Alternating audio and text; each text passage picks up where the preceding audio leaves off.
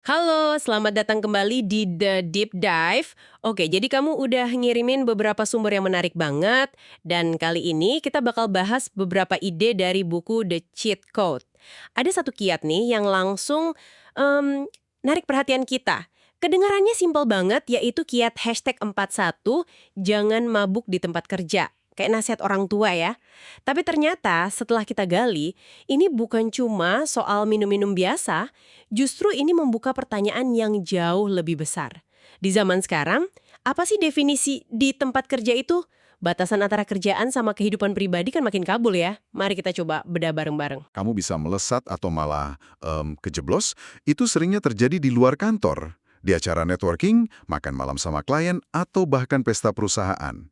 Nah, disitulah letak peluang sekaligus jebakan terbesarnya. Tepat.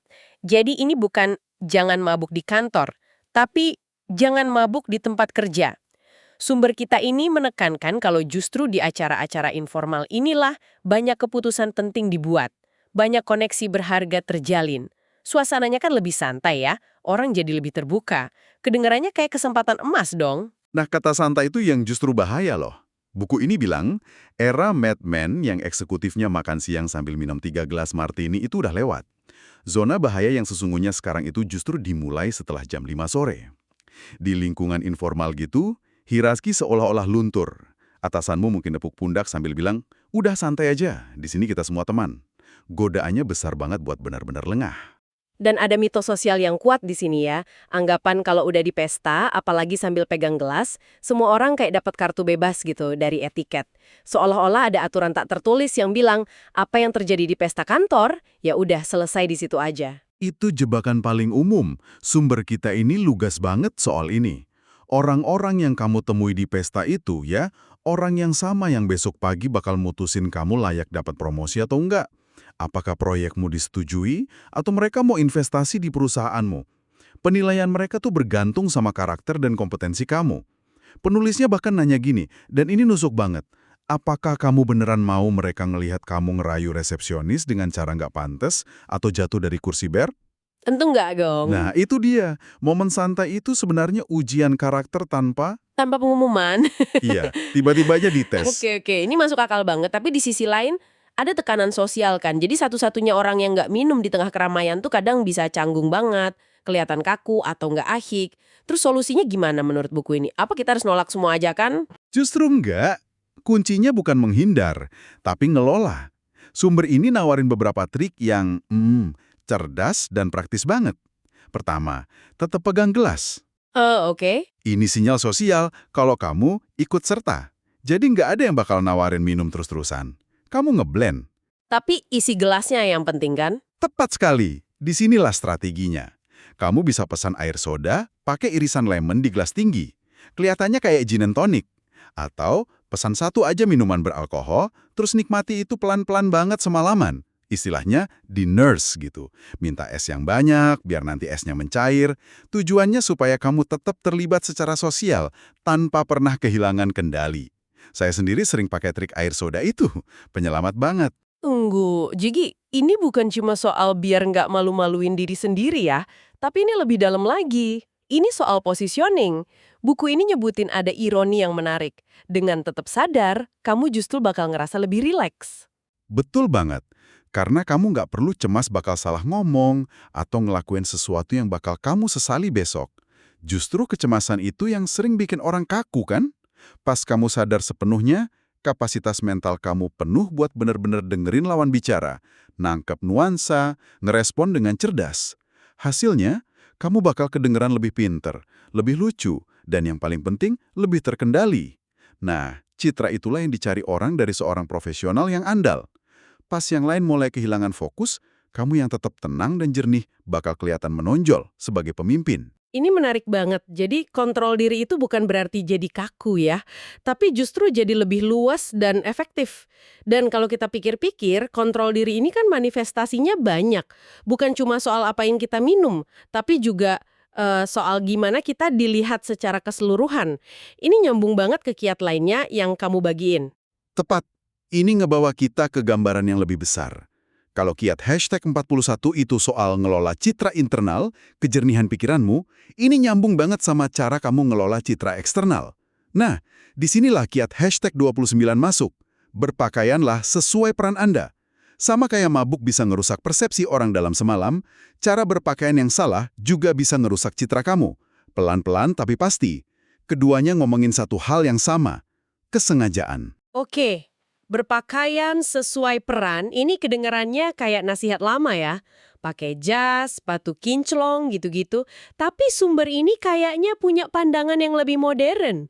Ada frasa kunci di sana. Berpakaianlah sebagai dirimu atau dress as you. Ini kan sekilas kontradiktif sama berpakaian sesuai peran. Gimana kita nyikapinya ya? Nah, itu pertanyaan kuncinya. Berpakaian sebagai dirimu itu bukan berarti kamu bisa pakai kaos oblong ke rapat dewan direksi ya. Maksudnya, di era sekarang, keaslian itu dihargai. Orang udah nggak terlalu suka tampilan korporat yang kaku kayak robot. Tapi, menjadi diri sendiri itu harus kelihatan disengaja. Ada beda besar antara santai yang keren sama malas. Bisa kasih contoh konkret? Tentu, gini deh. Ambil contoh Mark Zuckerberg dengan hoodie-nya yang ikonik. Dia kan nggak asal ngambil hoodie dari tumpukan baju kotor. Hahaha, iya juga ya. Hanya bagus. Itu seragam yang dia pilih secara sadar buat bangun citra. Itu disengaja. Sebaliknya, kalau kamu datang ke rapat pakai kemeja lecek, sepatu kotor, pesannya bukan saya otentik, tapi saya nggak peduli. Ah, jadi intinya itu terlihat rapi dan percaya diri dalam gaya apapun yang kita pilih ya. Baik itu pas kita milih buat tetap sadar di pesta, atau pas milih pakaian. Kita nunjukin kalau kita pegang kendali penuh atas diri kita, itu nunjukin rasa hormat juga. Persis. Buku ini ngasih analogi yang kuat banget. Coba bayangin kamu reuni, terus ketemu teman lama dari SMA. Dia masih pakai sweatshirt yang sama persis kayak belasan tahun lalu. Udah agak pudar malah. Apa kesan pertama yang muncul di kepala kamu? Wah, orang ini nggak banyak berubah ya, kayak gitu terus dari dulu. Nah, adil atau enggak, kesan itu bisa berarti stagnan kan? Dan kalau kita sambungin lagi ke kiat hashtag 41, jadi orang yang selalu mabuk di setiap acara kantor itu bakal nyiptain citra yang sama. Seseorang yang nggak bisa diandelin, nggak serius, nggak berkembang. Citra kita ini kayak aset ya, yang harus dirawat terus. Benar sekali. Setiap pilihan kecil, gelas di tanganmu, kemeja yang kamu setrika, cara kamu nyapa orang, semuanya ngebangun citra profesionalmu.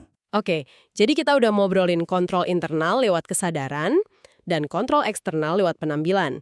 Sekarang kita bawa ini ke level yang tekanannya paling tinggi. Gimana semua prinsip ini berlaku pas kita berhadapan sama situasi beresiko tinggi, misalnya urusan sama media. Ini ngebawa kita ke kiat hashtag 31.